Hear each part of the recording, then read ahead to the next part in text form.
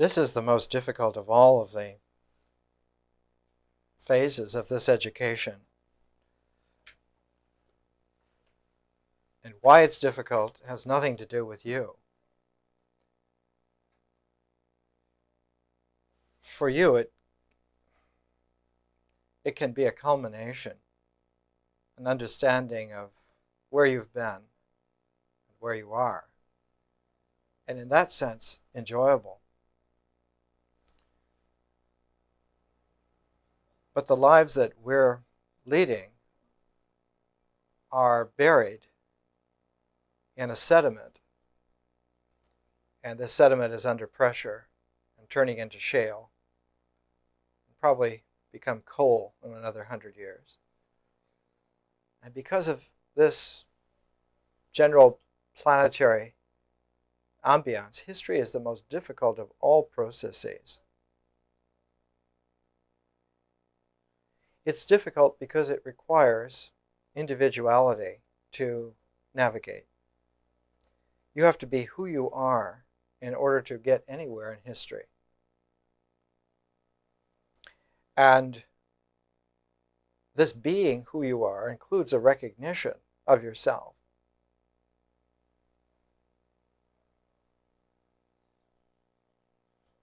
In very ancient times, there was no history. In fact, we can see that with the introduction of writing some 5,500 years ago, there were very early king lists, and there was very early record keeping for financial transactions. And these chronological king lists and these detailed account ledgers are precursors to history, but they are not themselves history.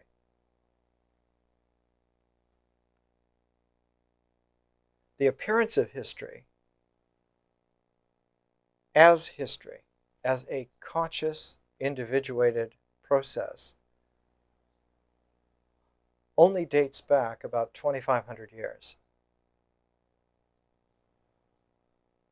And 25 centuries is not a very long time in terms of a species to acclimate oneself to the vicissitudes of how that works.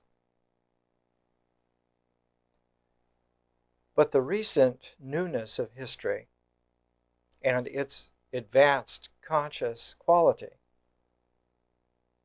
are not the main resistances. They are problems, they are challenges, but they are not resistances. Something new and something higher as challenges will bring forth a response. But resistances squelch response. And the resistance comes from the level of myth. History, as it develops, its working displaces the working of myth. And so the mythic habituation acts as a depressant, as a regression on the achievement of competence in history. This particular problem is so ingrown over the last 2,500 years. Most human populations, most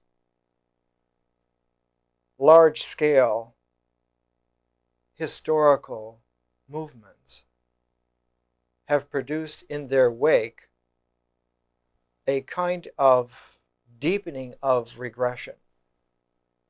That is to say, from the very beginning, some 2,500 years ago, when histories were first made, conscious histories were first made, there was a phenomenon of cultural reaction and regression for the levels of consciousness in individuals for a brief period afterwards. Brief to us, long for them. Usually a generation or more. And this seems to be one of the real drawbacks to making any kind of advance, any kind of improvement on our being able to handle history, on our individuality being able to navigate across the ocean of history to achieve a further maturity on the other side. Now, as we will see in our education, the further maturity on the other side is an objective understanding of science. For the moment, just let science be as something general. But there's no way to achieve science without history. Science, in fact, comes out of history. Let's come to this major regressive point. Let's review again something that we have found for the last 3 or 4 months. And that is, in our nature, the way that we actually occur, the way that we have grown up, the way in which our lives are, we can keep track of a certain frame of reference. In fact, it's called frame of reference. We can keep track of a situation that has 4 sides, that has 4 corners, a square as the basic symbolic shape of it. When we are able to frame something, we then have a picture. And as long as we stay within that frame, we're in the picture. It really doesn't matter how big the frame is or how big the picture is. One remembers the British phrase at the height of their empire, the big picture means the British Empire. And if you're in the picture, then you have coordination, you have reference points, you know who you are, you know who other people are. For instance, most of us grew up during the Cold War, and the frame of reference of the Cold War was surprisingly simple, surprisingly simple-minded. It was the United States and the Soviets. It was the good guys and the bad guys. It was East and West. And those were 2 polarities that set up the basic ordination of the frame of reference. And now that the Cold War is no longer there, we see again a characteristic backslide. Individuals are somewhat nebulous. They're slipping in ambiguity. But what regresses at an alarming rate is the situation for civilization. Civilization has regressed all the way back to the 1950s already, and it's just beginning. This particular problem in our lives with the Cold War has happened every single time a great war has been fought. Every single time. It is a characteristic, symptomatic readout.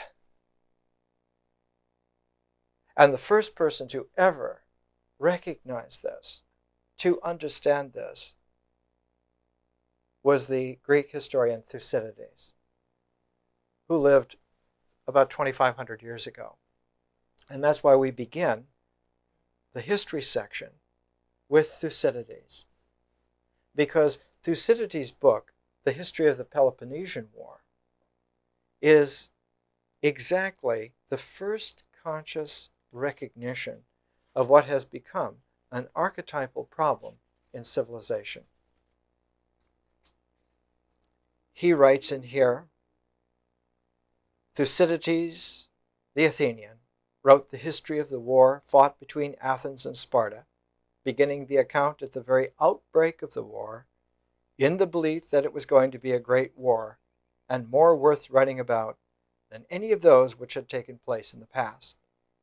My belief was based on the fact that the two sides were at the very height of their power and preparedness, and I saw too that the rest of the Hellenic world was committed to one side or the other.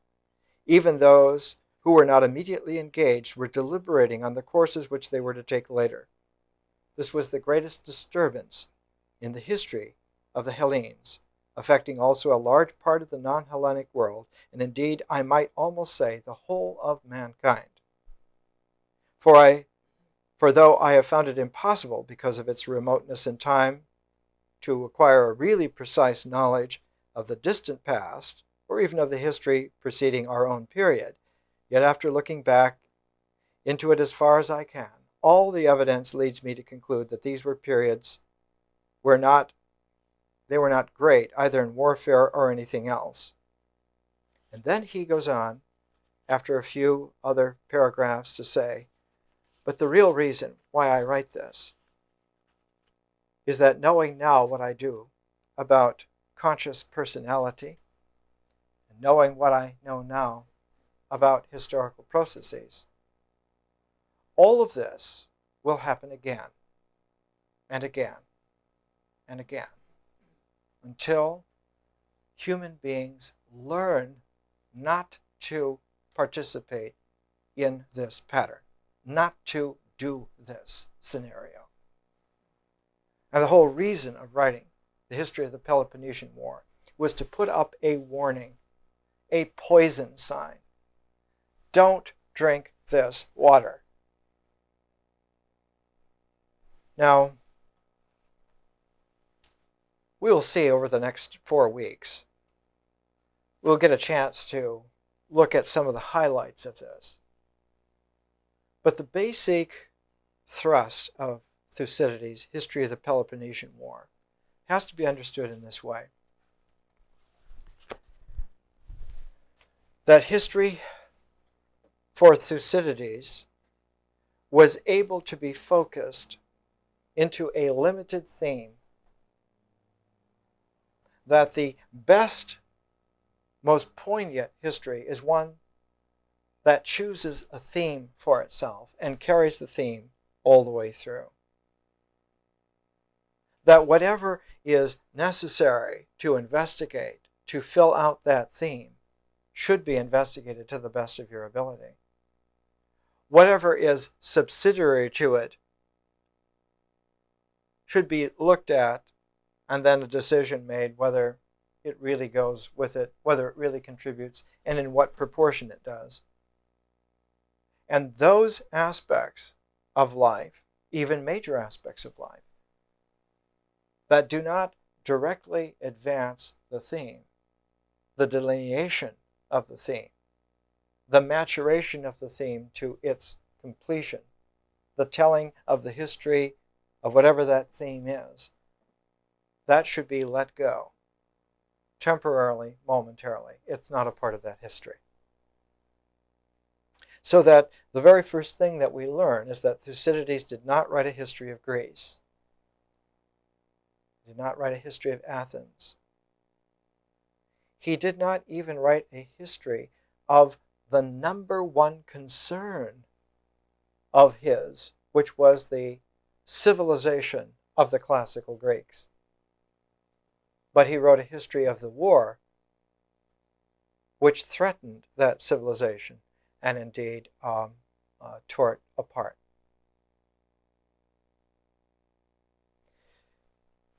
One of the most profound of all the classicists who lived at the end of the 19th, beginning of the 20th century was a German, Ulrich von Wilhelmowitz-Mühlendorf. And his editions were for 100 years the editions that everyone read. He wrote in 1908, Thucydides reviews the mass of events and chooses, by his own insight, the part that is worthy of recital. This past he undertakes to describe while it is actually happening. He works to that end, and what lies outside his theme does not interest him. So the very first thing to recognize here is that this book is a square, a reference. And this reference looks at a single object, an object whose unfolding took more than a generation. It lasted from 431 to 404 BC. It was generally 2 10-year periods with a hiatus in between. And what Thucydides' history of the Peloponnesian War does is to show us with a kind of dispassionate, witnessing consciousness exactly how this particular historical process unfolded, and by implication, how it threatened the civilization of classical Greece. Now, what's poignant here is that Thucydides is the second historian.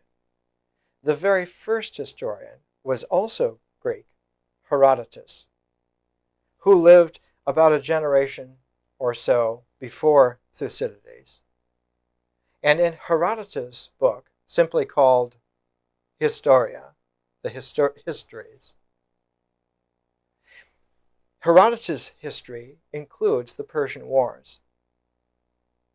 And the Persian Wars, the wars between the Persian Empire and classical Greece, were extremely difficult engagements, also divided into 2 parts.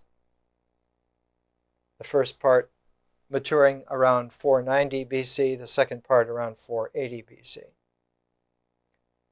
But the maturation of the war between the Persian Empire and Greece were largely 2 battles, one in 490 at Marathon, one in 480 at Salamis.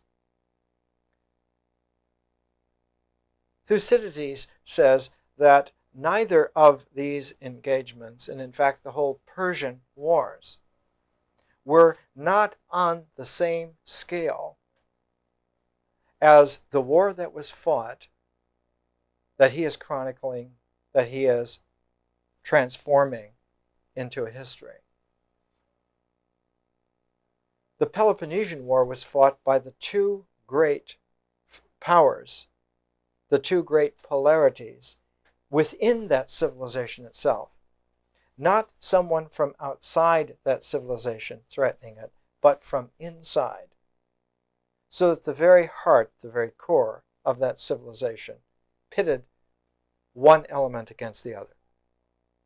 And he describes why it is that this is a universal standoff, and that any time a great civilization will rise, it will also be impelled by the very processes that go to make it up towards a great war, and that eventually that great war will set up a polarity exactly like the Peloponnesian War, and the result will be that both sides will exhaust themselves, and what will suffer most is the status of conscious civilization, and that the backsliding can be of indefinite length. There's no net to catch anyone.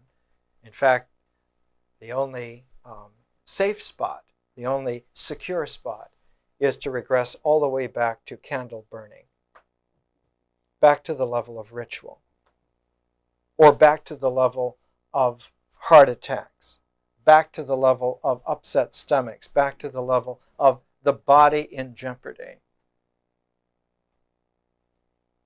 Now, we recognize this because we've seen in our education, we've seen how there's an alternation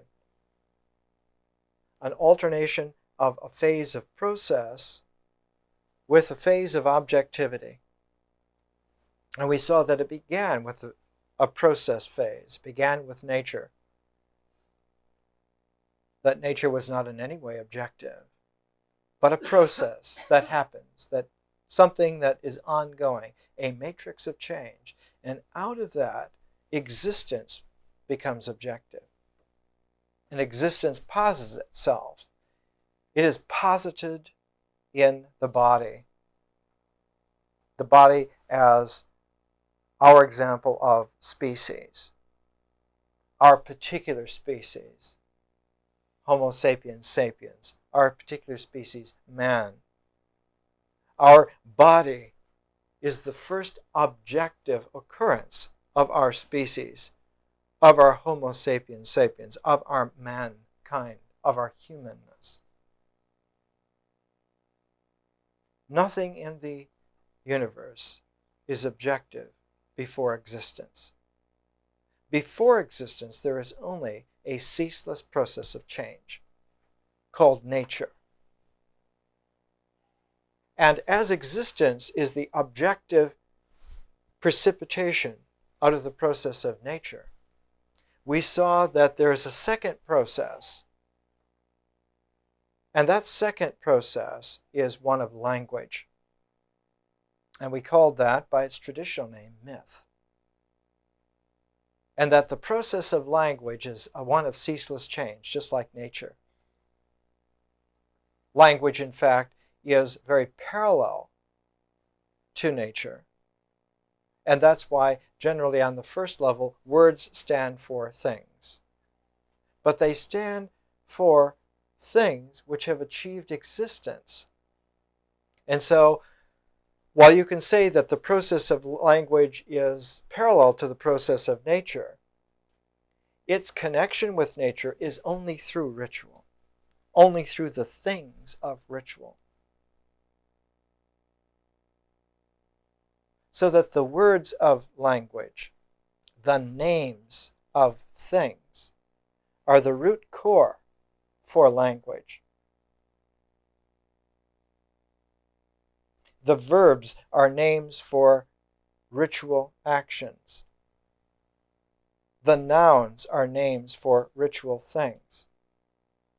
The adjectives are words, names for modifications of those things, of those processes.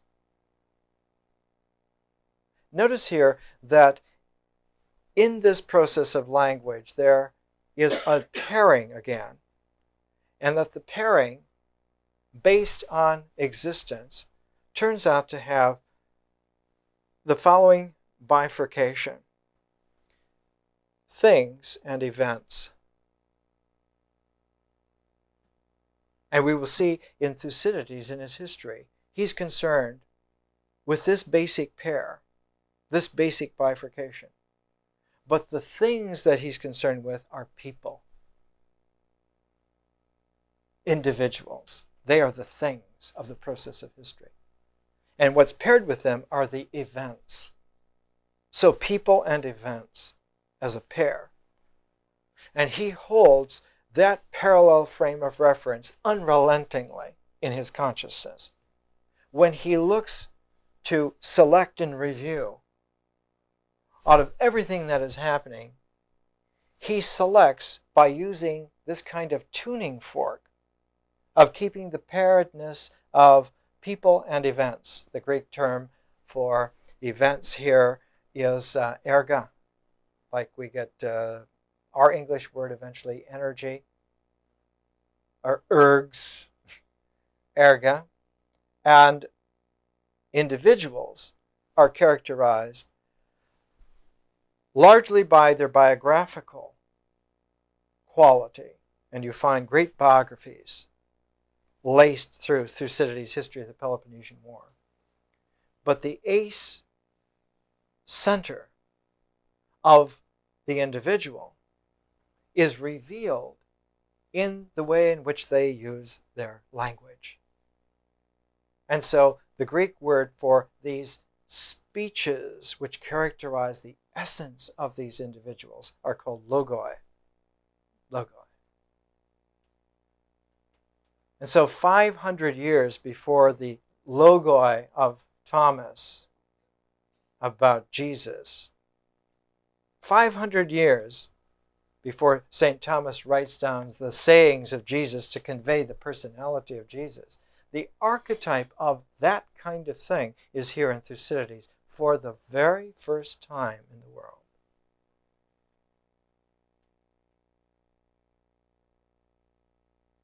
There's sometimes someone who pioneers it, and Thucydides pioneers this. But what's devastating about Thucydides is the pairing of the logoi and the erga, the speeches and the events, that they go together in such a way, a universal way, that if you hold them together, if you learn to use consciousness to see form and process by holding this frame of reference, by holding the logoi and the erga together, one gets for the very first time a sense of the movement of the real theme. And the Greek word that Thucydides uses for this is kinesis. Generally means, in Greek of this time, disturbance. We also get our word kinetic from this, kinesis. That the true movement of the process of history is being able to follow the thematic synthesizing kinesis, and that it is so hidden, it's so huge as to be invisible, it's so subtle as to be invisible, it's so poignant as to be indistinguishable, until one has some way in order to limit one's seeing, limit one's consciousness. And there it is. And to be able to follow that line in all of its wild sinuousness, to unrelentingly have consciousness follow what is going on in terms of the central synthesizing core of the whole process. And no matter what all of it amounts to, this is the spinal column that integrates it. And if we can understand this, we can understand eventually all of it. And what Thucydides says at the very beginning. This is a poisonous swamp, a sand trap of human energy on such a colossal scale that he wanted to erect this sign, don't go in here. And 2,500 years later, our generations are experiencing the reason why to put up the poison sign.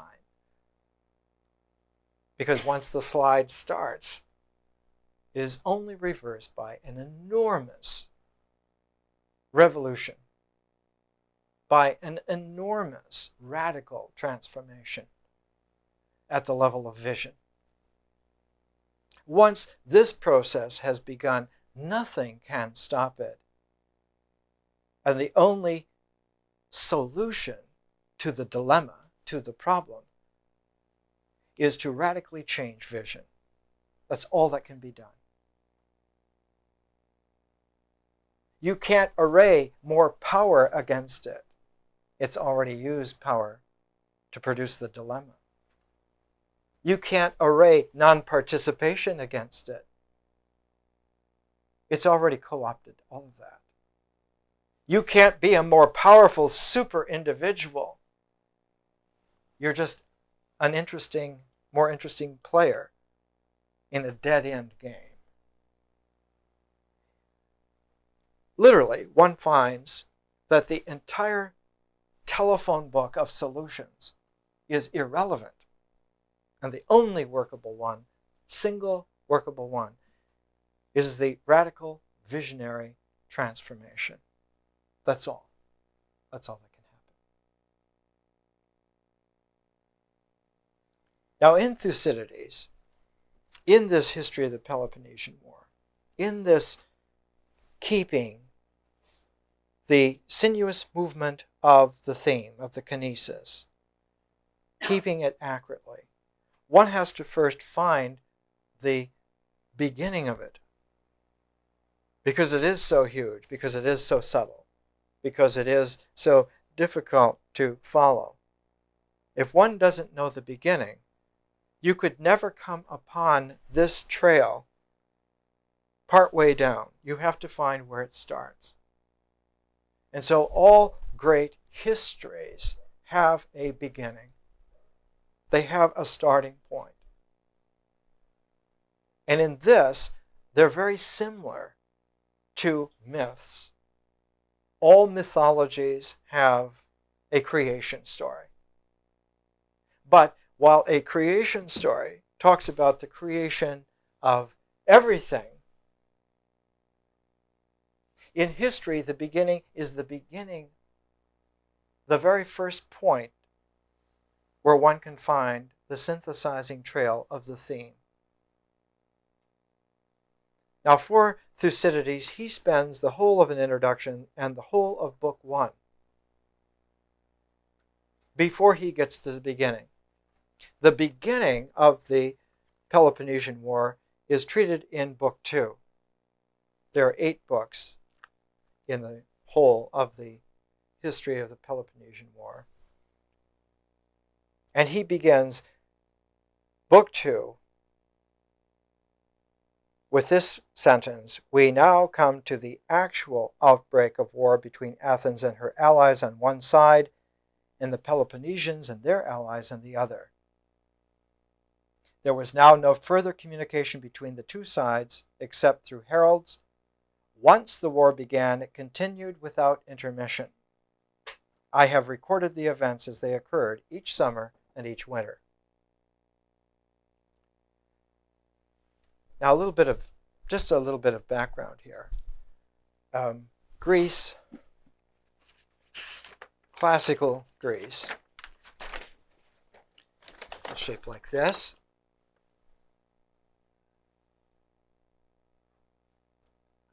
The Peloponnese is the large area of Greece to the south. This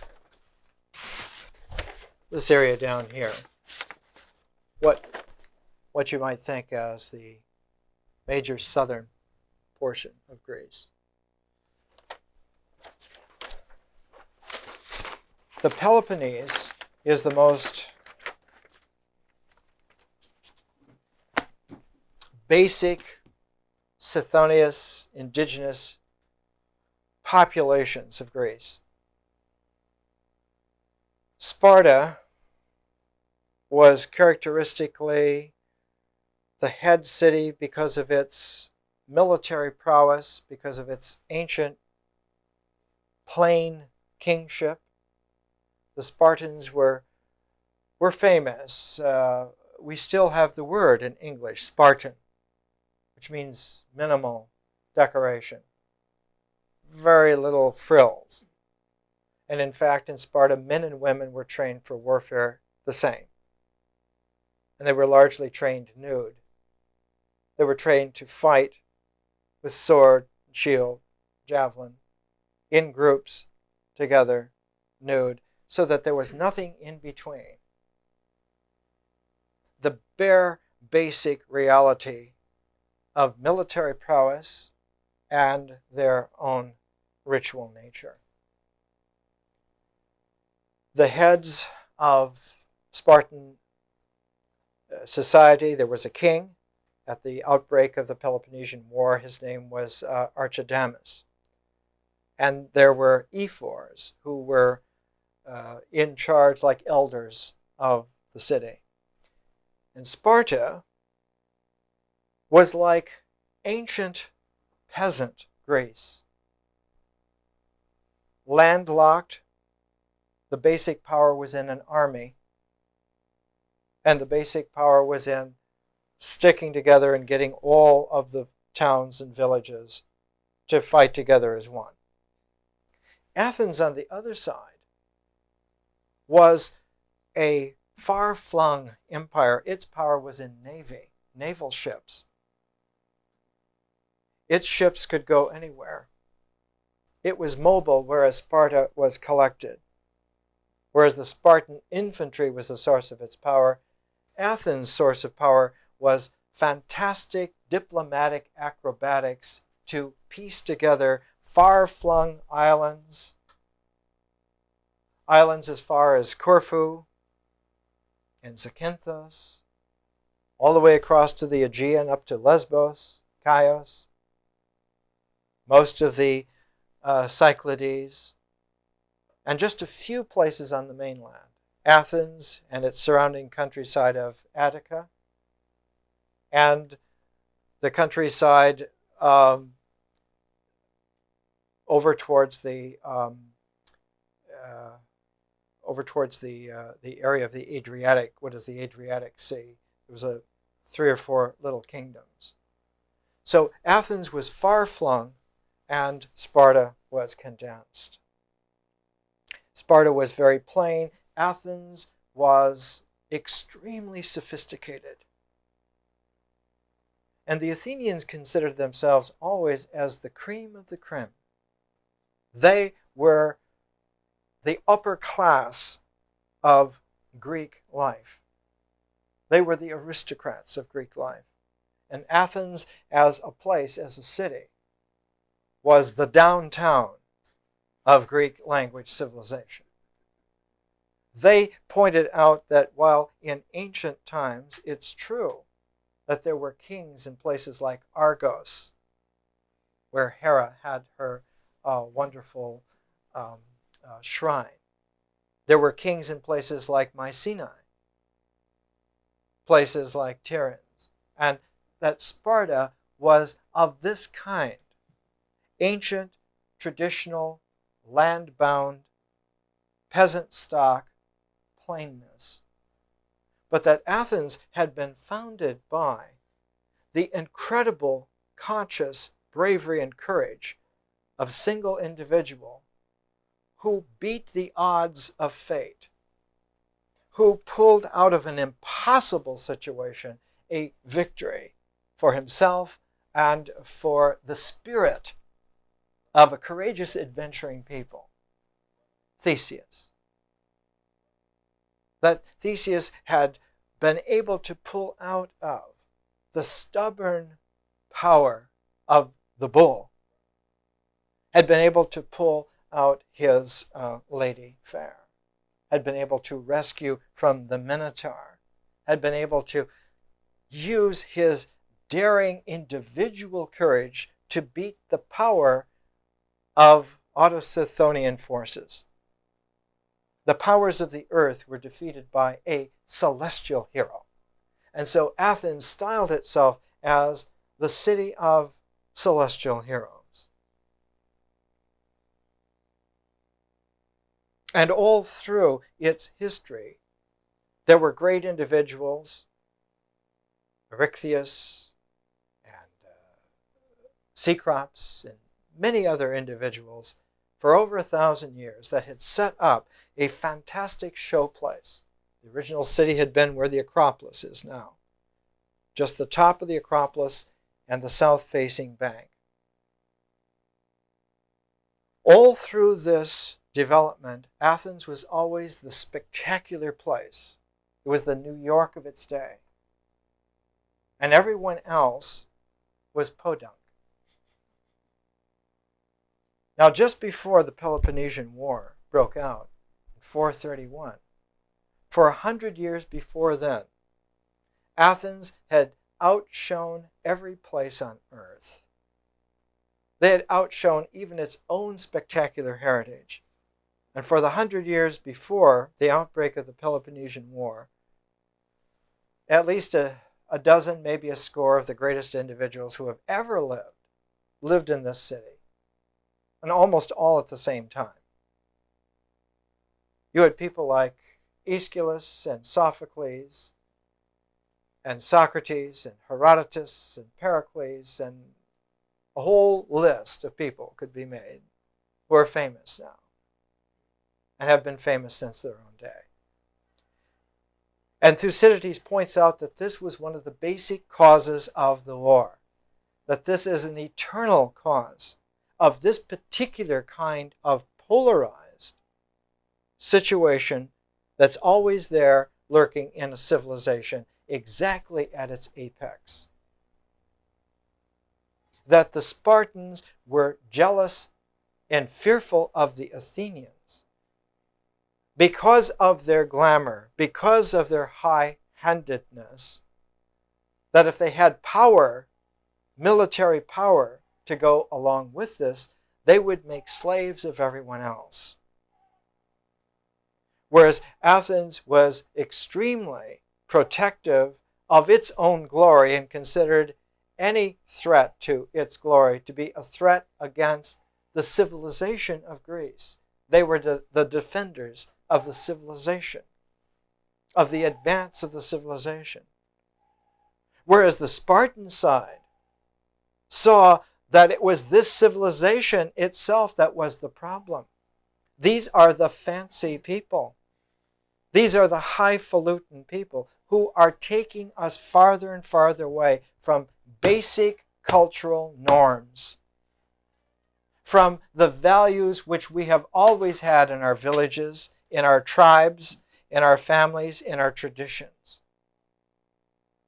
That Athenian civilization is leaching away the very core of the ancient Greek culture. And so it's a tussle between culture and civilization, between the mythic level and the historical level.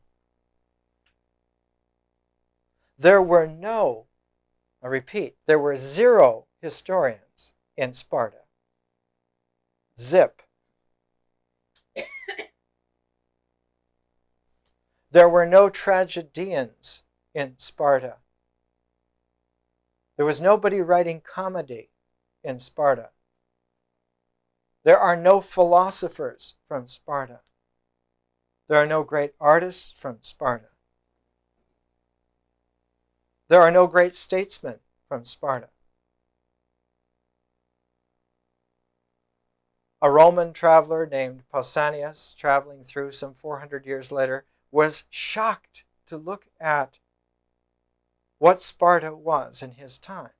He said it's a little goat-filled village, and one can hardly believe that this could ever have threatened one of the greatest cities of all time, which in his time was like the university of the world.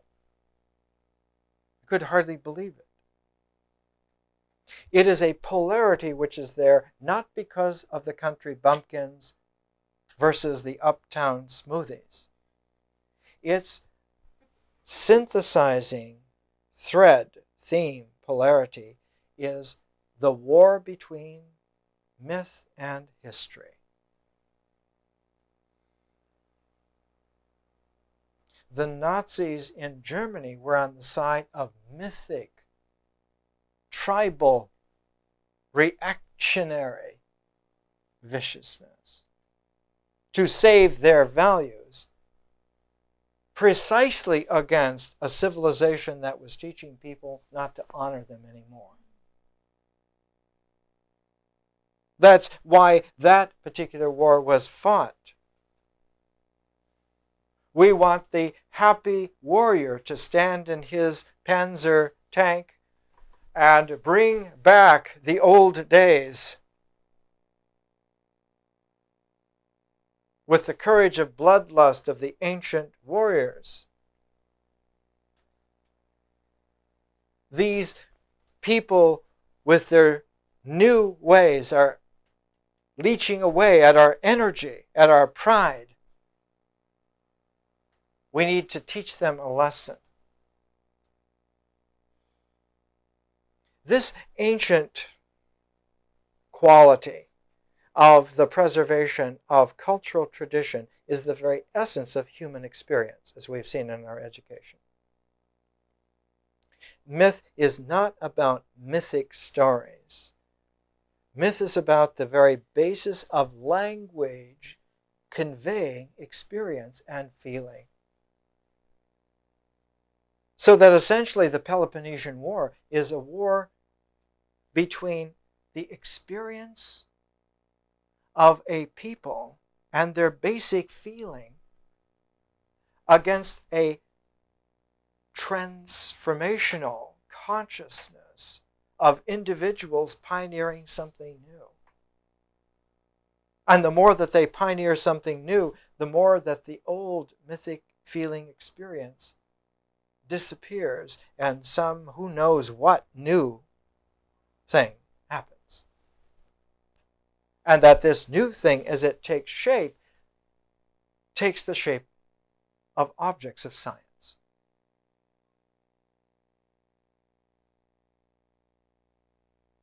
Put in the blunt way in which the 19th century would-be savants put it, it's a war between religion and science.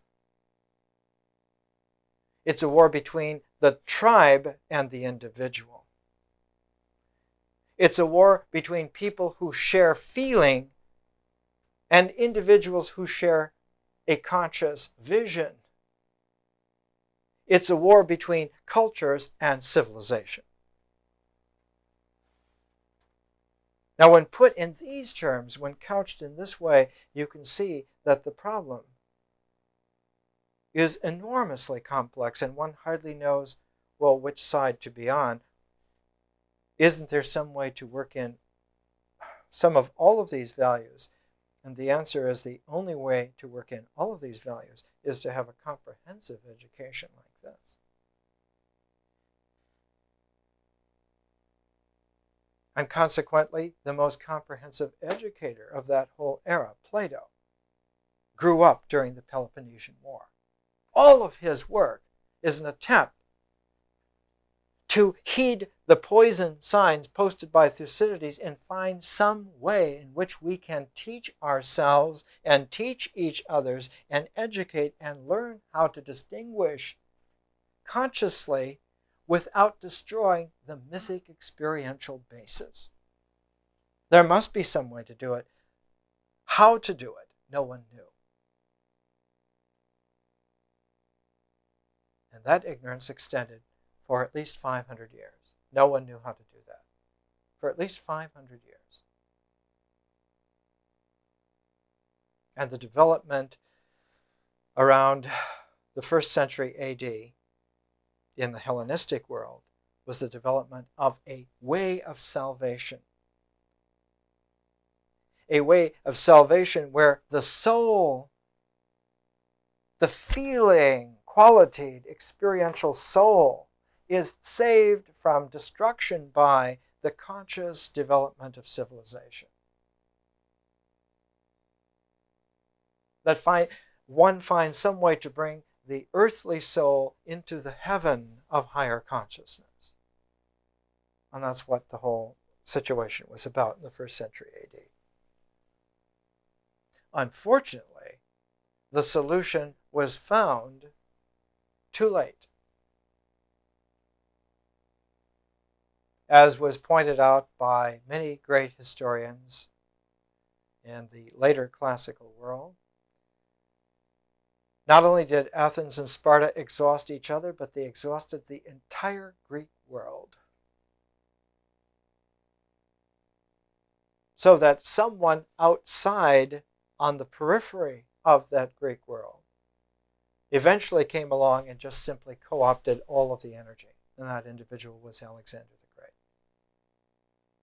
who was a Macedonian. He was not an Athenian. He was not a Spartan. He was from the far north. They were actually, in the time of the Peloponnesian War, barbarians. They were outside the pale.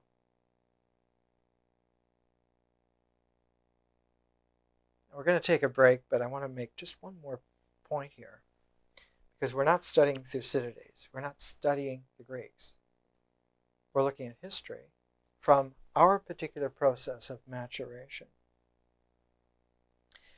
So difficult and so profound is this, that unless it is given a juxtaposed angle of vision, there's no way that we would even remember, much less be able to imagine anything of value out of this.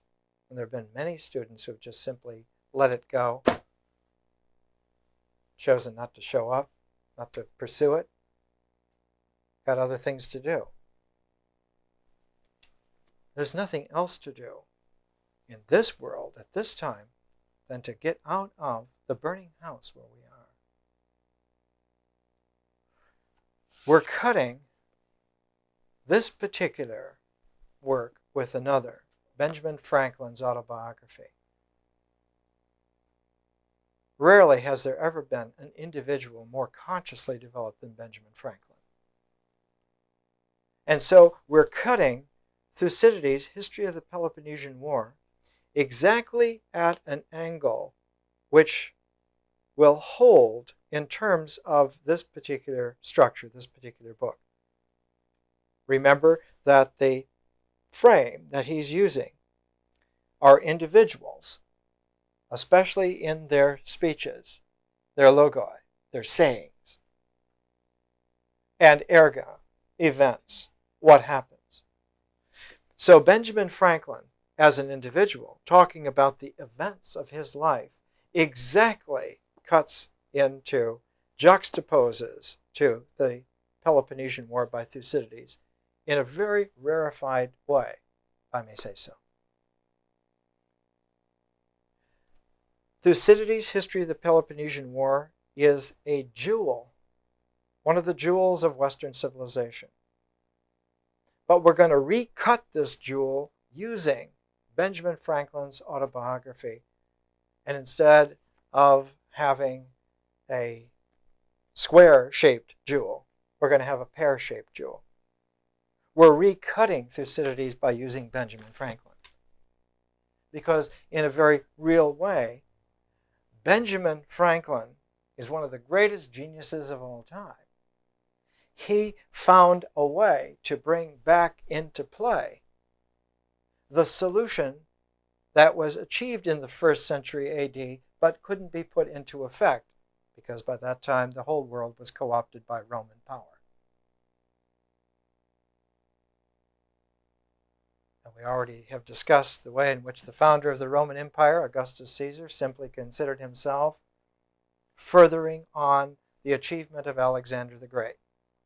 He was the new Alexander the Great, but whereas Alexander the Great was a great general, a great military man, and had gotten a worldwide empire but didn't know how to keep it, how to administrate it, Augustus, more than anyone, knew how to pick and hold the people who could administrate for him this empire.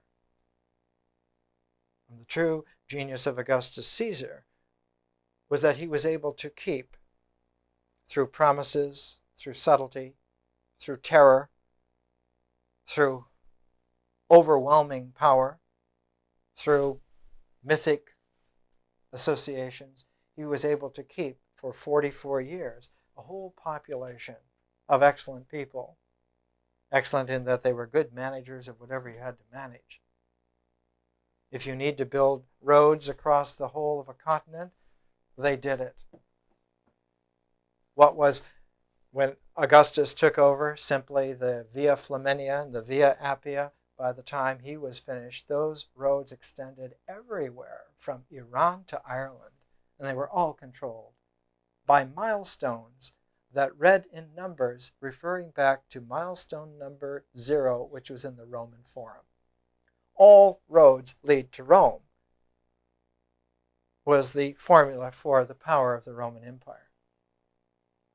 And the solution that Jesus came up with in the beginning of the 1st century AD, the solution of how to save the soul of the experience of a feeling being in nature so that it can exist in an exalted conscious universe of cosmos, of scientific cosmos. While that couldn't be put into effect in the 1st century AD, it was attempted to be put into effect in the 18th century by Benjamin Franklin. And indeed, Franklin, using some of the techniques developed by Augustus Caesar, simply helped mature several generations of individuals who were able to put it into an effect. In a way, Benjamin Franklin created the set of geniuses that made the United States. And he did this single-handedly. It was not a committee. It was just a man. Hell of a man. So we're going to use Thucydides and Benjamin Franklin together because what we are after here is to understand how history relates to our individuality, and that our individuality is that locus, that beginning point by which any synthesizing theme that would make a history that would include us can be not only discovered, but determined, imagined, remembered, pioneered, developed. Let's take a break and we'll come back. The favorite Jewish philosopher on vanity was Koheleth, also known as Ecclesiastes. And according to him, there is a time for vanity as well as a time for anything else. I'd like to just remind you that there are films that go with history. The films are Apocalypse Now, Lawrence of Arabia, and Gandhi. And I would suggest that if you're going to see them, try and see them in that order. Apocalypse Now, Lawrence of Arabia, and Gandhi. They're all on video. And the music for history is Ralph Vaughan Williams' Symphony No. 7, Symphonia Antarctica. And you might be able to get a CD of this, or even a cassette. Now, the Symphony No. 7 by Ralph Vaughan Williams was the music to a film. It's the only film music that I know. The film score was taken and made into a symphony. The film was Scott of the Antarctic, which is out on video now, with John Mills. And the synthesizing theme that runs all the way through the kinesis of Symphony No. 7 is water. Water. That water is essential for life, but when water freezes into ice, it stops life. And that Antarctica is a continent of ice, and that the movement of these men, Commander Scott and his expedition, were going to the South Pole and back. And they were in a race with Amundsen. And Amundsen used dog sleds, whereas the British used mechanical tractors and ponies. And the tractors broke down and the ponies died, and so they had to pull the material themselves. And because of this, they exhausted themselves, and on the way back from the South Pole, they all died one by one. And in the following year, rescuers went in, and they found the men, and they found their diaries. And all of the diaries of these men showed a tremendous spiritual energy and camaraderie between them all. And in all of the diaries was a belief, was a conviction that all of the men were together, that even those that died earlier, that they were still spiritually, psychically with them, pulling, man-hauling. And that this conviction was not the fantasy of one, but was the belief and conviction of all of them, that they were eternally together through their courage and determination to make it back. And the theme of Vaughan Williams' symphony is that sometimes we are outdistanced by conditions against us. It has nothing to do with the fact that you're not courageous or that you didn't win because of some fault. It's just simply sometimes you're outdistanced by the conditions arrayed against you. So Vaughan Williams' Symphony No. 7, Symphonia Antarctica, there are several versions of it. Actually, the first one, Sir Adrian Boult, is probably the one that I'm most familiar with. Andre Previn is okay, and there are others.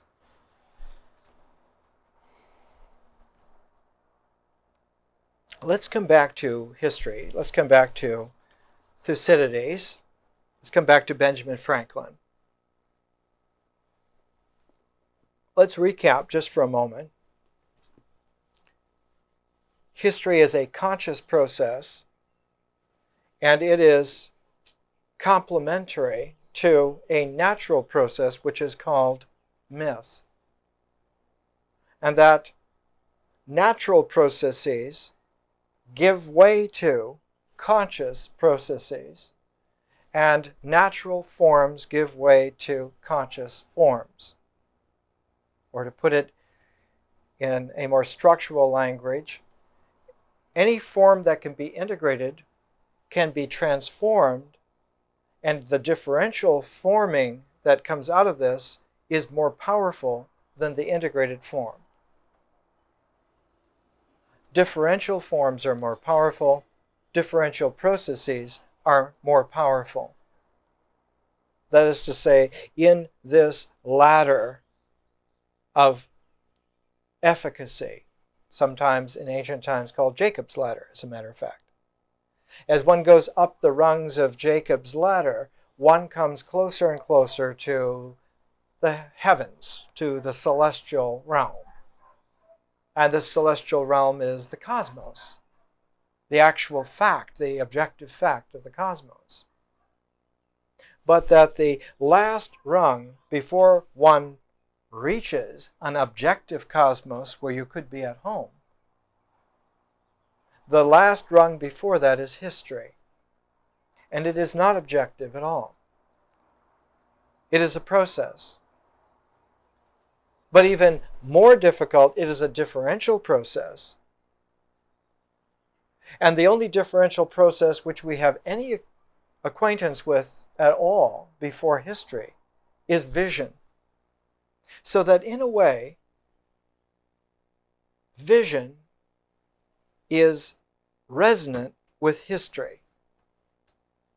And the language of vision, which is called prophecy, prophetic language, has a resonant, how can I say it? There's an oscillation. There's a resonant oscillation that history follows the cue of visionary language, which is what makes prophecy, real prophecy, so effective. Someone who can speak the magic language of prophetic vision in the right way will set the tone of the way in which the history develops. But it's not a guarantee. It's just simply a headwind. History has to be consciously navigated by individuals. Only individual persons are able to traverse the ocean of history. In a very peculiar way, individuals can work together and make forms that will traverse history. But they cannot use cultural forms. And their coming together has to be on the basis of individuals, not on the basis of tribe. Their coming together has to be on the basis of visionary thought shared, not on the basis of feelings shared. Feelings held in common are ineffectual of holding together the forms that can actually navigate history. The tribal values, the cultural values, wonderful as they are not operatively effective in the process of history. Why? Because those tribal values, those cultural values, those feeling, experiential, mythic values are integral in nature. And history is a differential process. It simply dissolves. First thing it dissolves are those values. So one has to have differential values that will hold, not hold together as in tightly, but hold as the differential process of history progresses, that the forms play better and better. Remember the cue of Walt Whitman in his great Democratic Vistas. Though he ascribes it to Mother Nature, it's actually true of the conscious cosmos. He says, nature seems to respect only two things, freedom and variation. This is a conscious vision. Whitman's very conscious. By 1870, he was a very conscious individual. One of the best ever. A real yogi. But it's in the differential process of history that freedom and variability are respected. So that the forms that cross history are those that have the greatest freedom and the greatest variability. They're able to absorb the vicissitudes as a part of their operation. Whereas if you try to put together some kind of cultural form on an integral basis, using feeling as an integrating, synthesizing center, history is of such a nature, vision already is of such a nature, that it completely dismisses this. So that the goodness of cultural values on the mythic level is simply ignored in the differential conscious universe. They are not ignored out of malice. There's no evil genie in charge. There's no demiurge in charge. They are ignored structurally. Energy simply doesn't work that way. So that an education that really is of service to human beings who are going to go beyond the level of the tribe, who are going to mature beyond a cultural milieu, who are going to go into consciousness, going to go into vision, go into the forms of the person, of the personality, go into the processes of history, and actually achieve objective livability in the cosmos. Literally, return to heaven. Return to the heavens. Be at home among the stars. Literally. It requires a transformational vehicle called an education. And that's what this is.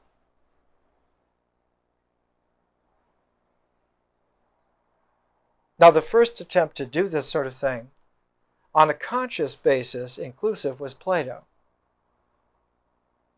Because Plato came, he was raised, he grew up in the time of the Peloponnesian War. All of the events that Thucydides narrates in his history was the childhood which Plato experienced. And not only Plato, but Euripides, Aristophanes. And much of the poignancy that's there in Plato, in Euripides, in Aristophanes, much of that poignancy, which is not there in Aeschylus, a different kind of excellent, high-flown wonder is there in Aeschylus, in Pindar, in Sophocles, in Herodotus.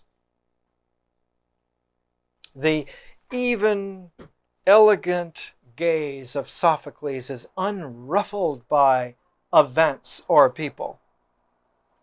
Sophocles is so even-toned that he is one of the great figures in all of this planet for evenness of temperament.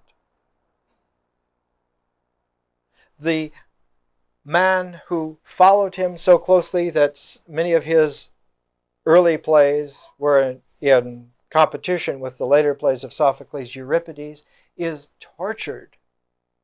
He's anguished. He lives a life of angst because for him, the calm of Sophocles had been betrayed permanently. When one reads Euripides' Bacchae, you see there a poignancy which is not there even in Oedipus Rex. Oedipus Rex is a tragedy of universal form and circumstance coming into a non-personal play, Whereas in the Bacchae, one sees the entire classical civilization of Greece shredded before your eyes. Every single value that is held up and proven to be vacuous, empty. One is reminded of the old Euripides at the end of the Bacchae. One is reminded of the self-portrait that Michelangelo did of himself when he painted the back of the Sistine Chapel, not the ceiling, but the back wall, the Last Judgment. And in the center of the Last Judgment is the Lord God Yahweh. And he looks out with this demanding expression, and in his left hand he holds a pelt, and the pelt is that of Michelangelo.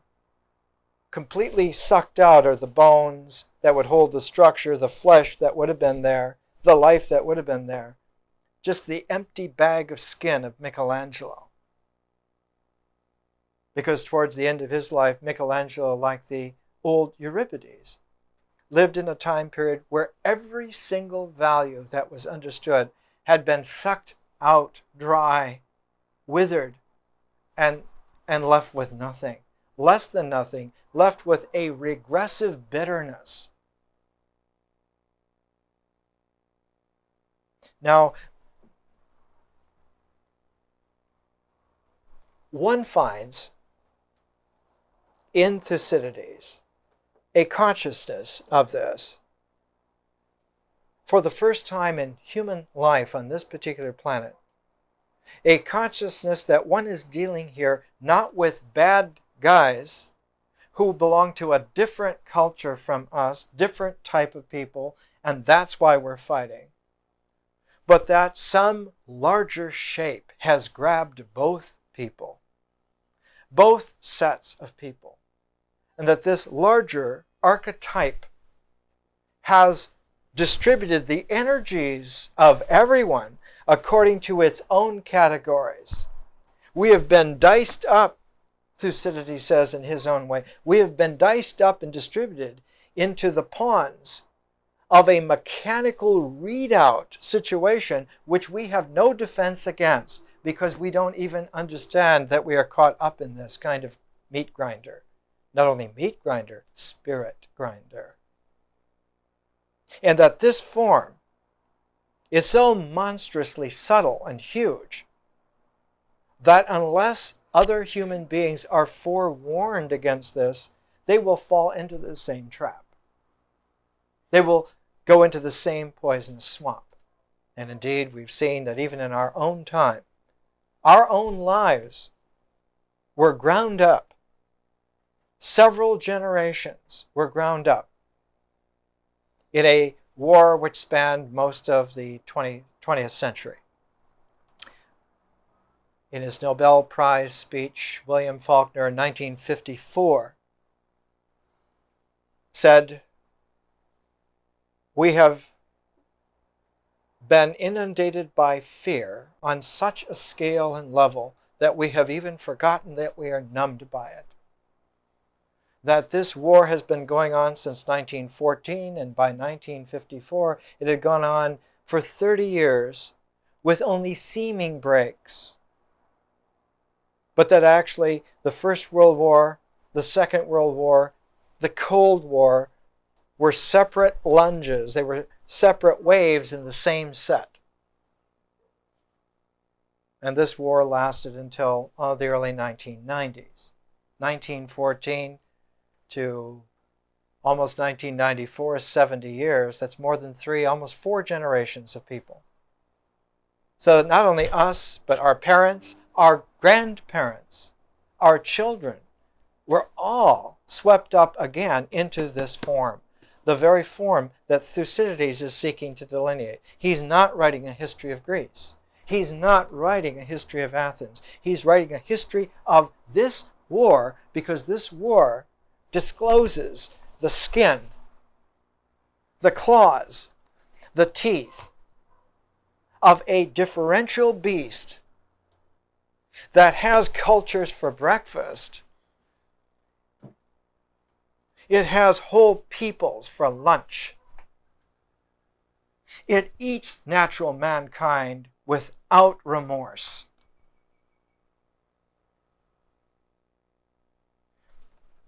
That's why it's always held its own as one of the greatest classics on the planet. It doesn't matter who you are, where you've come from. Now, in Thucydides, in doing this, he needed to find some vehicle by which he could keep track of this subtle, sinuous movement, this kinesis, this disturbance thread. How can we see something that is so subtle, so enormous, so complex? By what means? What kind of cues? What kind of measurement? What are the footsteps? What are the vertebrae by which we can see this?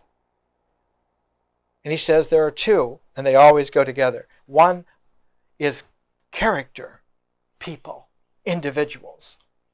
That no matter how complex it is, no matter how subtle it is, no matter how huge it is, individuals count. By keeping track of the persons involved, one follows the money. One follows what this is. And the pair, along with the people, is to keep track of the events. That the events always have to be functions, reverberatory functions that occur because of interchanges between people. That they are not abstract ideas that just happen by themselves, but they are the direct resonances, not to say results, but the resonances of decisions, of views, of visions, of individuals. So that the events and the individuals. So Thucydides is fond of biography. He's one of the world's great biographers. But in order to hone and refine and keep sharp, to keep the edge of the knife sharp so that he can dissect without destroying, he sees that individuals are summed up by the individual use of expressive language by which they characterize their vision of the world. The conscious, personal, individual speeches, and we have a name from the classical Greeks for this, the orations. The orations of individuals are the ace ultimate documents by which one could understand the footsteps and the sources of the resonant events, so that if you could pair events with the speeches, the logoi, the Greek word is logoi, if you can pair events and logoi together, if you can get these two, you can make then a sequence by which one can follow the synthesizing line and understand the history. What is happening? Where did it begin? Where is it going? What does it mean? And that once one is in possession of this information, you can then take this information with you and apply it to every other aspect of life. Once you have Thucydides' History of the Peloponnesian War under your arm, then you could write a history of Greece. Then you could do a cultural history of mankind. Then you would be in a position finally to understand anything that would ever come up on any level, to any degree of expansion, to any degree of concentration. In other words, a history like this is a conscious tool by which actual people can get themselves across the vicissitudes of history to an objective other shore. It is a very, very, very great work. And it's the first work like it ever written. on the planet. But because individuals in Thucydides, in fact, one of the great commentaries published by Cambridge University Press is called Individuals in Thucydides. Thucydides' individuals are so complex, and their pairedness with events are events that to us happened so long ago. We don't have the background to really understand all the significance, all the vicissitudes. We don't have the time to put into it. So we're taking a shortcut, and that's where Benjamin Franklin's autobiography comes in. Here is one of the all-time great individuals who is writing his own biography, autobiography. And in the biography, he is pairing together his sayings. Did you not know Benjamin Franklin is as famous as Jesus with his sayings? The wit and wisdom of Benjamin Franklin. You know, he published one of the first newspapers in Philadelphia, one of the first newspapers in the New World. For decades, he brought out Poor Richard's Almanac, which was the #1 home resource book. If there were 2 books in a household in early North America, it was the Bible and Poor Richard's Almanac for that year. And interspersed through Poor Richard's Almanac are little pithy wisdom sayings by Benjamin Franklin, his logoi. One of my favorite sayings of Benjamin Franklin, he said, God sends meat, the devil sends cooks. Oh, I'm sure you've heard early to bed, early to rise makes a man wealthy, healthy, and wise. The sayings of Benjamin Franklin in his autobiography, and the sayings here are enlarged to whole pages, whole sets of pages, are paired to events. Events that led not only to the living of a life, but events that led to the making of the United States. In a very real way, George Washington's not the father of the country. He might be a favorite uncle. But the semen came from the mind of Benjamin Franklin. The impregnation is due to Benjamin Franklin. His love-making with the cosmos made the baby that became born on the 4th of July, 1776. It's true the officiating doctor was Thomas Jefferson. But when one reads the accounts, one can see that Franklin was already choreographing everything even before Jefferson was born. One of Franklin's most famous little snippets that he published in a newspaper and a magazine and in several books was the snake of wisdom. And it was cut into 13 pieces labeled by the initials of the 13 colonies. And by this he was visually showing there's no energy separate, but you put them together and you get the first American flag, which had a little Benjamin Franklin saying on it, "Don't tread on me."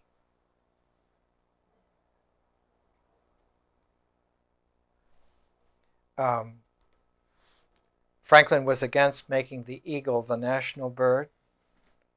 He said the turkey, believe it or not, the turkey should be the national bird. The turkey will feed you while the eagle feeds on you. Well, you can see which way it went. Alexander Hamilton loved the eagle because money and power is the way kingdoms are made. But Franklin didn't want to make a kingdom. He was not on the side of cultures. He was not on the side of the tribes. He was not on the side of myth. And it's not that they're on a side, but it's that they are a phase in the integration ecology, which is nature, and do not occur in consciousness progressively. Because just as vision displaces nature, magic displaces nature. A transcendent, transformed realm always will displace a natural realm. And just as vision displaces nature so that nature becomes subconscious and now vision becomes a conscious form of it, the same way art displaces ritual. As art happens, ritual takes a subconscious level. And when vision and art are working together, nature and ritual are subconscious. And when history comes into play, more and more, myth joins nature and ritual in the subconscious. So that you have a consciousness that has a square. The only thing left from the natural ecology are symbols. The integration of symbols. So that you have the integration of symbols and the differentiation of vision, the differentiation of art, and the differentiation of history. And that particular square leads itself with an incredible ease into the transformation of symbols into cosmos, symbols into science.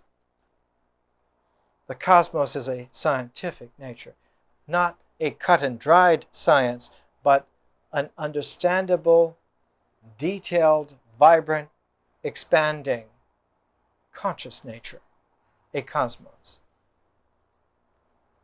The self-realization, that's the epitome of the symbolic mind, becomes the differential presence of God in the cosmos.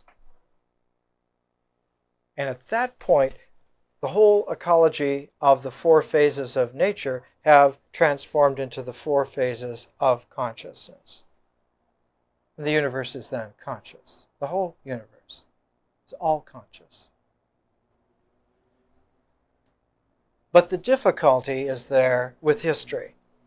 Because at history, one is dealing initially at the starting point, when history begins, one is dealing with a 50-50 proposition.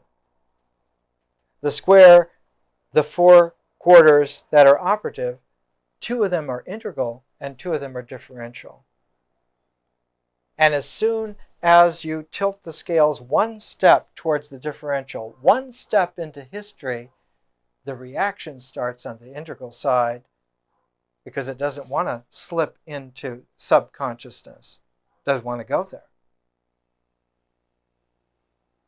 It's been kingpin for, if not hundreds of thousands of years, maybe millions of years. Why is it going to give up? The tribe is not going to give up its power. The culture is not going to let its values be transformed. Feeling is not going to let conscious process like history override it. Experience is so fundamental, so ingrained, it will not confirm. It literally refuses to see the differential proportions and scales of conscious history. You can show Thucydides to every member of a tribe, and none of them will be able to read it. They won't hear a thing. They won't understand a thing. It means nothing to them.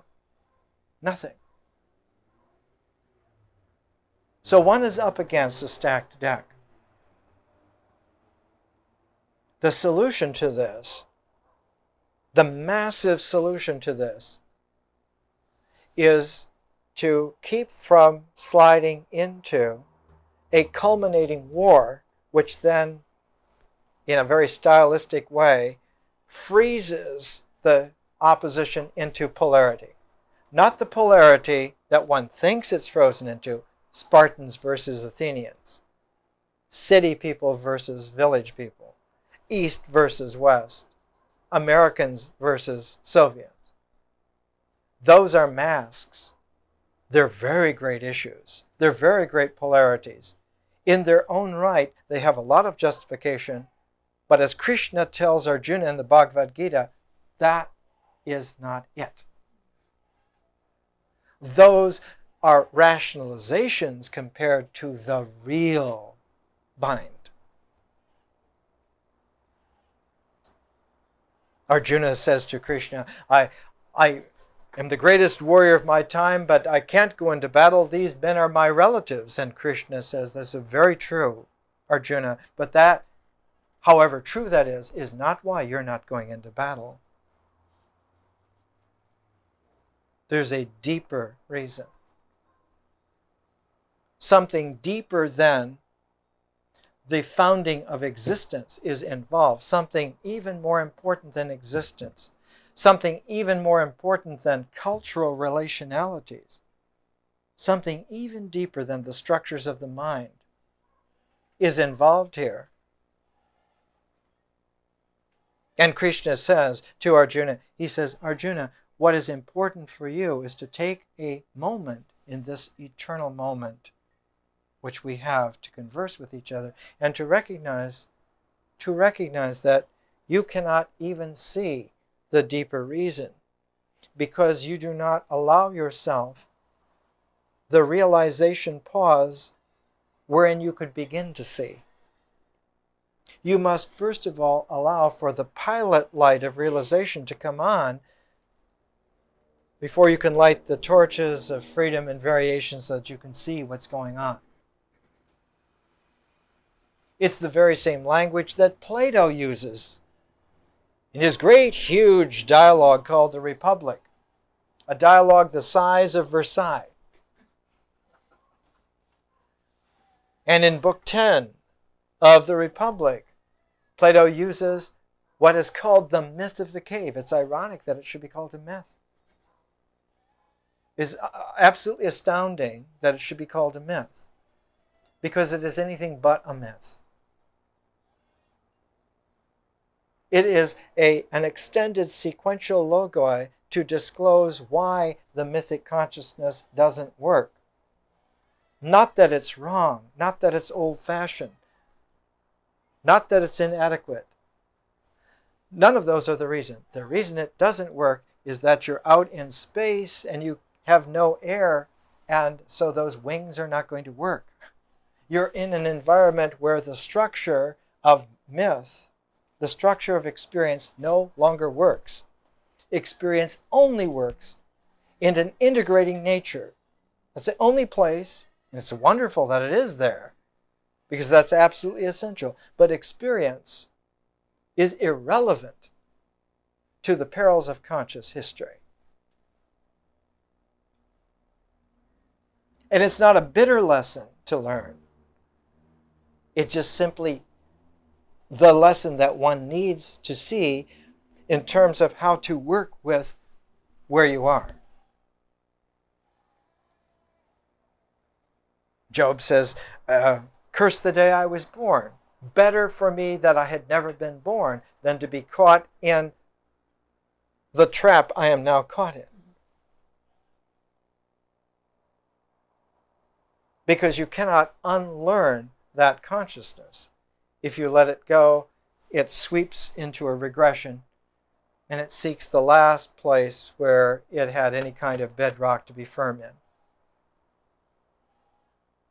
The individual, once the person is rejected as the basis for doing something about what is happening in that situation called history, once the person is rejected and no longer depended upon, no longer relied upon, the next level where there was any objectivity at all is the mind. And most people have never trained their mind enough to be a place where there is some stability. Thomas Jefferson, yes, but... And so they regress even further. Once you reject the personal objectivity, once the individual is discounted, dismissed, let go of, one falls through the symbolic mind, through the ideas, all the way back to ritual. And there they find some place in which to stand, like Martin Luther. Here I stand. We must do such and so and such and so, and then we will be safe. And for your own protection, we are going to see that you do such and so. You will thank us later. As John Calvin remarked in Geneva when his best friend was being burned at the stake, he heaped another faggot on the fire. He said, "This is good for your soul. You'll be purified. You'll be much better." William Holden in The Bridge on the River Kwai says, "This kind of thinking can get us all killed."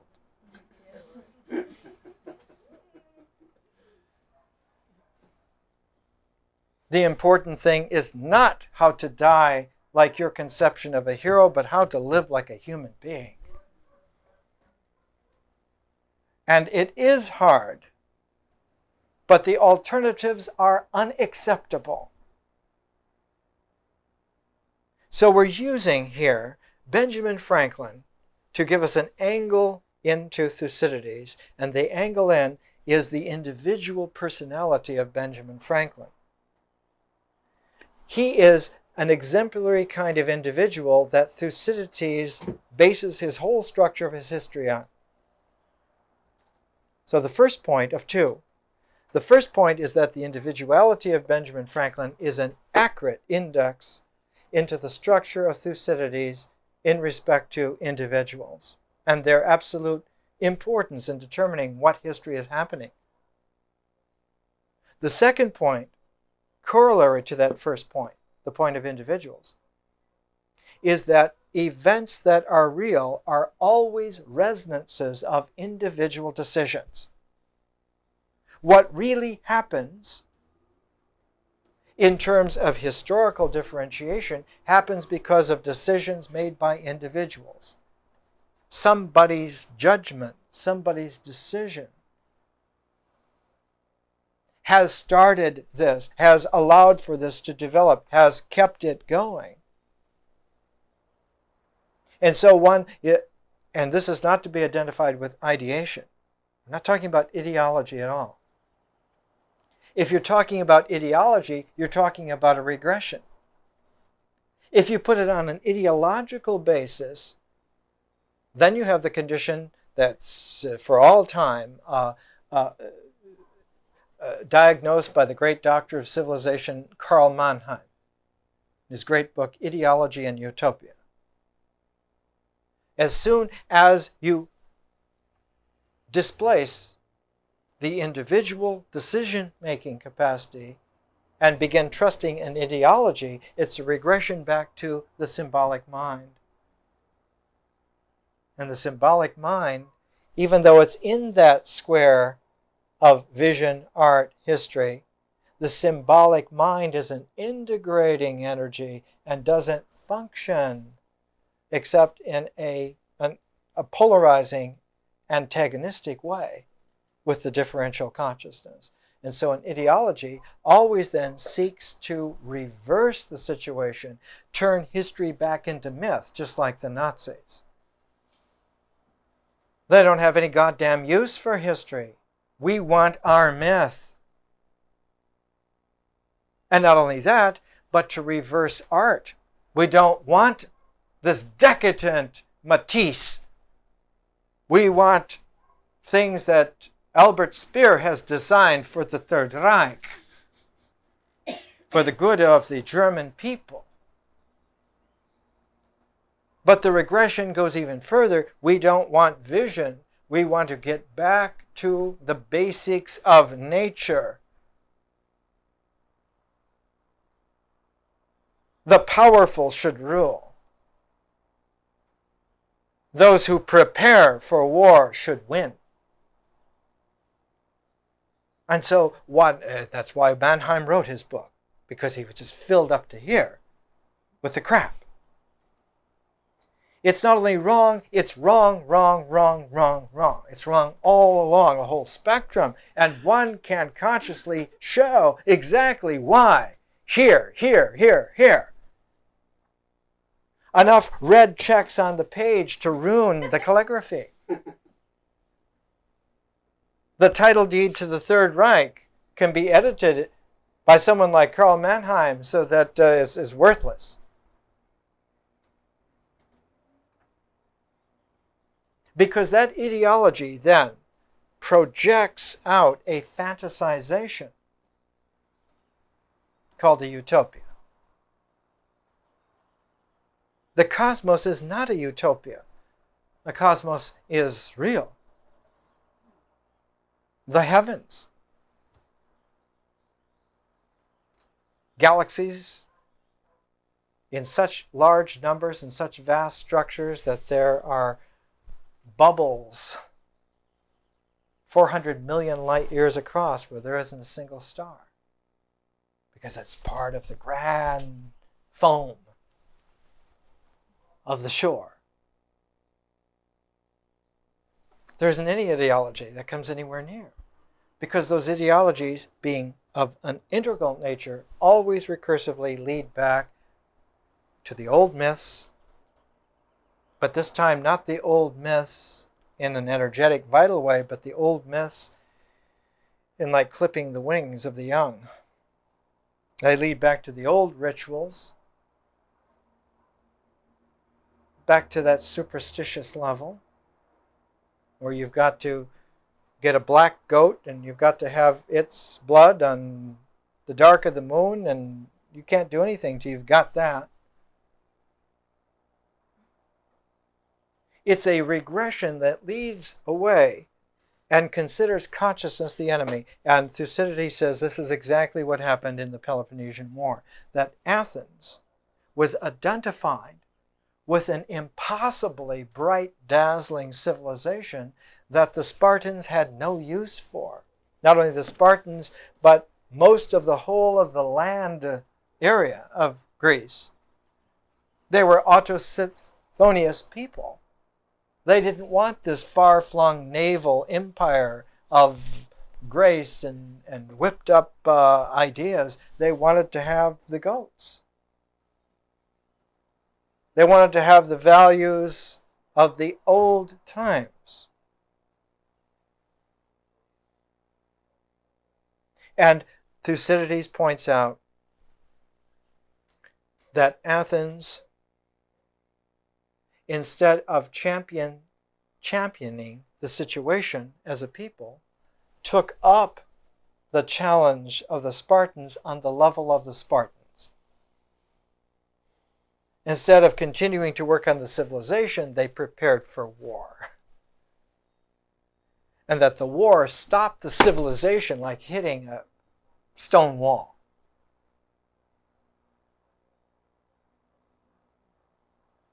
It never worked again.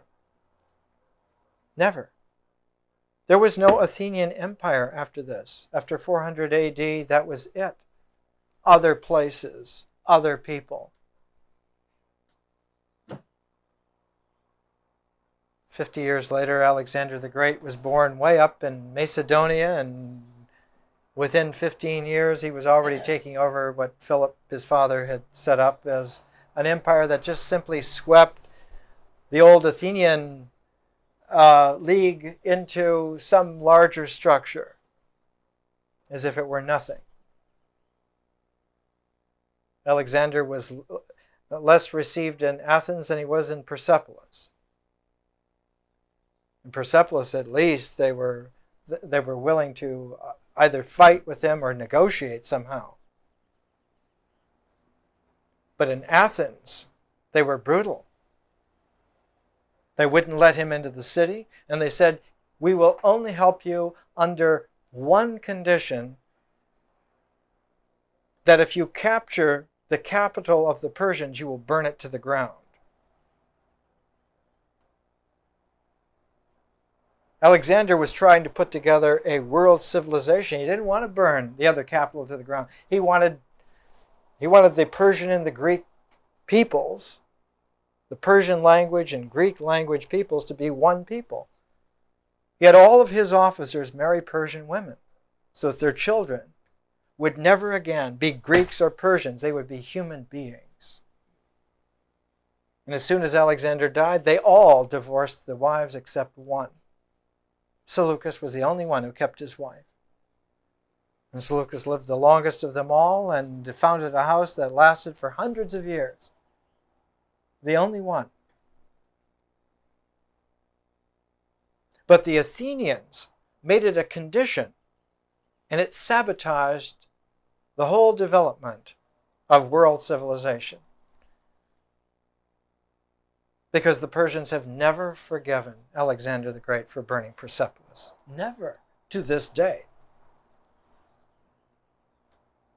That whole area of Asia suspects the West on the basis of this archetype. They talk a good game. When they get into your house, you'll lose it all. It was a carryover from the history of the Peloponnesian War times.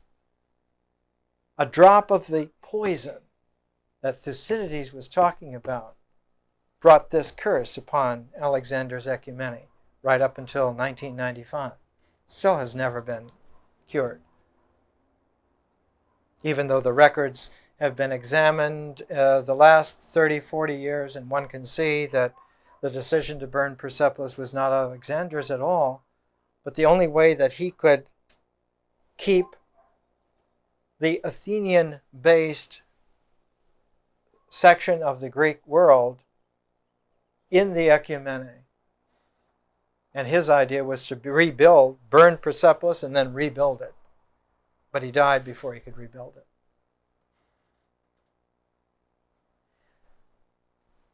This quality,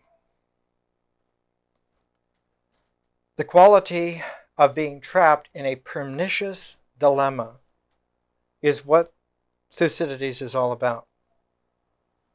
That when you get into a historical bind, the energies of history are so high. They're the most differential energies there are. And when you get into a bind, there, the more that energy that you put into the bind, into the situation that's become a bind, the faster and deeper the regression goes. And that as we talked about 2 weeks ago, one of the most peculiar of all yogas is the yoga of doing nothing at all in that situation. It's the yoga of Lao Tzu. That when you're caught in a bind of high differential consciousness, the resolving situation is to practice Wu Wei.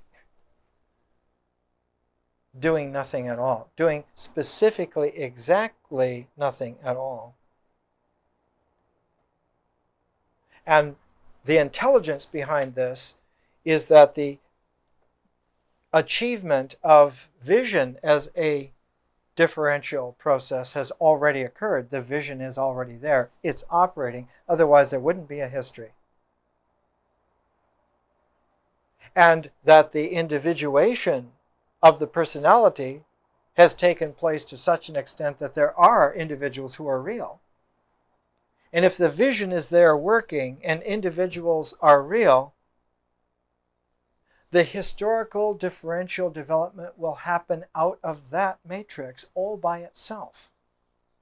So that the wisdom of Wu Wei, of doing nothing, is the wisdom of recognizing that the ingredients that are necessary to work are already in play. Let them play.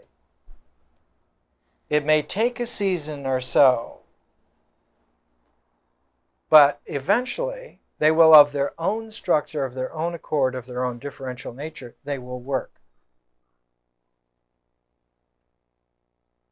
But that's the last choice on a list 18,000 miles long.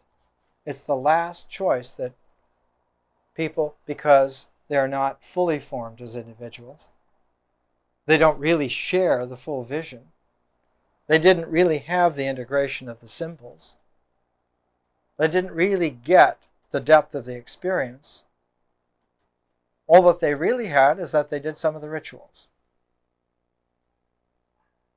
And so that flaw carries all the way through. That flaw which begins by somebody fudging on their costume at a ceremony 25,000 years ago turns out later on to be one of the great gaps that allows the whole, what is referred to as the mass of humanity, to not get the situation when there's a historical bind. And the fundamental symptom that they didn't get it is that they fall into a polarizing war, which stops the civilization cold. A doctor of civilization looks at the Cold War and you put your stethoscope away. There isn't anything that you can do at this stage other than precisely Wu Wei. Now that is very difficult. That's a hard medicine to practice. The alternative is that any bright ideas that you have that you put into play are going to be seeds for ideology on people's levels who haven't thought it through for themselves. So that one of the possible resonances of Wu Wei is an education of bringing people up to that competence where they too can practice with you. It was one of the great glories for about 2 months in 1966 that there was a vast intelligence in places like San Francisco and Berkeley of thousands of people doing nothing together and poignantly letting that resonance sound throughout. But pretty soon there were people, hangers-on, who didn't understand that spiritual tact, who thought, this is very peculiar. Here's our chance to be famous. Here's our chance to do stuff. And you're just holding be-ins in places like Golden Gate Park.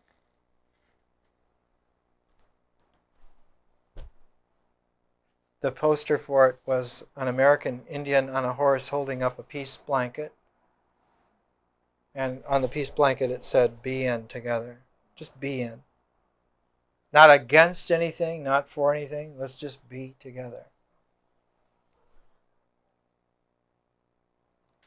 May of 1966. The guards for it were Hell's Angels. For one brief moment, they got it. Ugh! Shit, man, that's fucking cool! Yeah. And by July, the drug sales were booming and the thing was over. By February of the next year, Lyndon Johnson was showing his appendix scar in the shape of Vietnam, according to David Levine in the New York Review of Books. And it was all over. That was it. This quality of dealing with a bind in history was never workable in the 1st century AD. It was never workable after the 30 Years' War in Europe. Never workable in many times. It was workable for one brief moment in one place about 200 years ago. The place where they hit the wall was in France in the French Revolution, but the American Revolution managed to go from its history into science, into a cosmos, for one brief time. And while the 1840s in Europe are known as the decade of fierce revolutions, In fact, I think there were half a dozen in 1848 alone. There are whole books, whole libraries of books on 1848 as a revolutionary year in Europe. But the 1840s in the United States are known as the era of good feeling. Because for one brief decade, there was a tremendous continental calm where individuals were interested in getting together as individuals and exploring, pioneering something completely unknown. The great example of understanding that in a work of art is a book written by James Fenimore Cooper in 1841 called Deerslayer. He had written already 4 of the novels that would become the Leatherstocking Saga, and then he was on a horse and buggy with his daughter Susan, and they were up above the lake that they called Glimmerglass, and she says in her autobiography that her dad looked out, and in a trance, looking at Glimmerglass, he said, I have one more book to write, and that's about the origins of Hawkeye. When he was 16, 17 years old, I want to get his origins when he was still called Deerslayer, before he had ever killed a man. That has to be told because that's indispensable. And that's what Deerslayer is about. It's about a man, a white man raised as an Indian at home in the wilderness, who out of conditions has to kill his first man. And all the conscious travail that came out of that. Try and get your books and try and write your histories, just one page, and I'll look at some of them today. Just bring them back when I'm making the tapes, okay? And I'll help you along as best I can. Try not to drop out. As you can see, this is the stage where people drop like flies.